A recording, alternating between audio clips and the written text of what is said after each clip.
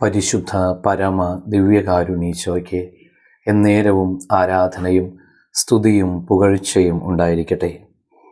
ഇന്ന് മെയ് മാസം 23-ാം തീയതി വെള്ളിയാഴ്ച.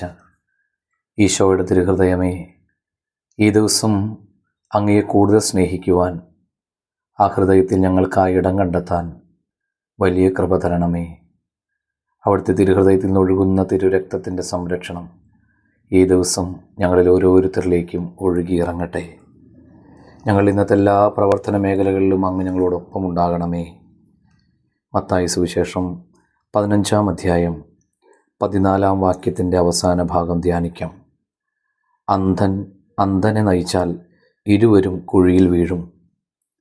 ആന്തരികവും ബാഹ്യവുമായ വിശുദ്ധിയെക്കുറിച്ച് പഠിപ്പിക്കുന്നതിനിടയ്ക്ക് കർത്താവ് അരുളി ചെയ്യുന്ന വചനങ്ങൾ: യഥാർത്ഥ ജ്ഞാനമില്ലാത്തവൻ നേതാവായാൽ ഒരു സമൂഹം മുഴുവനും നശിക്കും.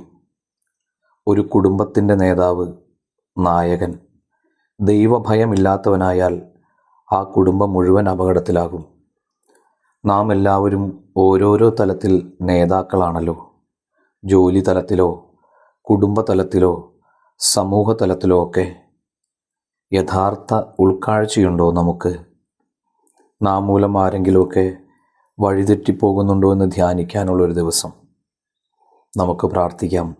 കർത്താവേ, വചനം കൊണ്ട് മനം നിറച്ച് വിജ്ഞാനദാതാവായ അങ്ങയെ മനസ്സിൽ ധ്യാനിച്ച് ഏൽപ്പിക്കപ്പെടുന്നവരെ അങ്ങയിലേക്ക് അടുപ്പിക്കുവാൻ ഞങ്ങളെ സഹായിക്കണമേ. എല്ലാവർക്കും നന്മ നിറഞ്ഞൊരു ദിവസം ആശംസിക്കുന്നു. നമ്മുടെ കർത്താവ് ഈശോ മിശിഹായുടെ കൃപയും പിതാവായ ദൈവത്തിൻ്റെ സ്നേഹവും പരിശുദ്ധാത്മാവിൻ്റെ സഹവാസവും ഉണ്ടാകട്ടെ, ഇപ്പോഴും എപ്പോഴും എന്നേക്കും. ആമേൻ.